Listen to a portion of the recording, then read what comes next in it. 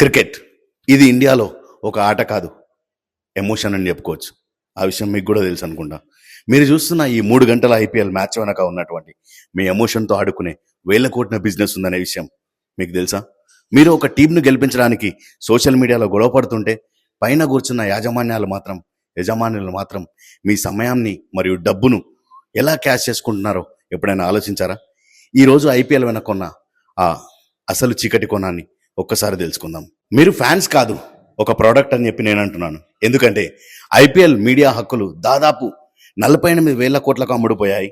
అంటే ఒక్కో మ్యాచ్ విలువ దాదాపు 118 కోట్లు అని చెప్పుకోవచ్చు. ఇంత డబ్బు ఎక్కడి నుండి వస్తుంది? మీ అటెన్షన్ నుండి 8 గంటల వన్డేని 3 గంటలకు కుదించి మీకోసమే మీ అటెన్షన్ స్పాట్ తగ్గించాలి. కాబట్టి ప్రతి ఓవర్ తర్వాత యాడ్స్, ప్రతి వికెట్ తర్వాత ప్రమోషన్స్ మిమ్మల్ని స్క్రీన్కు అత్తుకుపోయేలా చేసి మీకు వందల రకాల బ్రాండ్లను అమ్మడానికి ప్రయత్నం చేస్తున్నారు. ఇక్కడ గెలుపు ఆటగాళ్ళది కాదు, ఆ బ్రాండ్లదని చెప్పుకోవచ్చు. ఇందులో బెట్టింగ్లు మరియు స్కామ్ల ఉచ్చు కూడా ఉంది. గతంలో మనం స్పాట్ ఫిక్సింగ్లు చూసాం, జట్లపై నిషేధాలు విధించడం కూడా చూసాం. ఇప్పుడు కొత్తగా ఫ్యాంటసీ గేమింగ్ పేర్లతో బెట్టింగ్లు మీ ఇంట్లోకి వచ్చేస్తున్నాయి. మీ క్రికెట్ నాలెడ్జ్ని వాడండి అని సెలబ్రిటీలు చెప్పే మాటలు విని ఎంతో మంది యువత అప్పుల పాలలో కూలుకుపోతున్నారు.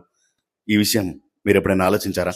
ప్రభుత్వం కొన్నింటికి బ్యాన్ చేసినప్పటికీ కూడా ఇతర దేశాల నుండి నడుస్తున్నటువంటి ఈ బెట్టింగ్ యాప్లపై ఎంత పెద్ద ఎత్తున హవాలా జరుగుతుందో ఆలోచించారా? ఈడీ దాడులు జరుగుతున్నప్పటికీ కూడా ఈ చీకటి వ్యాపారం ఆగడం లేదు. ఒక్కసారి వేలం గురించి ఆలోచించుకుందాం. స్టేజ్ మీద ఒక ఆటగాడి ఫోటో ఉంటుంది. కొందరు ధనవంతులు అతని మీద ధరలు పలుకుతారు. అమ్ముడు పోతే కోట్లు, లేదంటే అన్సోల్డ్ అనే ముద్ర. ఇది చూడడానికి గ్లామరస్గా అనిపించవచ్చు, కానీ ఒక మనిషి విలువను కేవలం డబ్బుతో కొలిచే ఈ పద్ధతి వెనక ఉన్న మైండ్ సెట్ ఏంటి?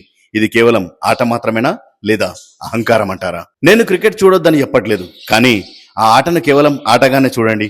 మీరు కష్టపడి సంపాదించుకున్న డబ్బులను బెట్టింగ్లలో పెట్టకండి. సోషల్ మీడియాలో ఏ ప్లేయర్నో దూషిస్తూ మీ విలువను, సమయాన్ని వృధా చేసుకోకండి. ఈ విషయాన్ని గుర్తుంచుకోండి.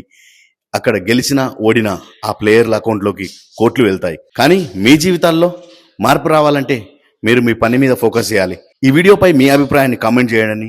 మరిన్ని ఇలాంటి నిజాల కోసం చూస్తూనే ఉండండి వాయిస్ ఆఫ్ సాయినాథ్.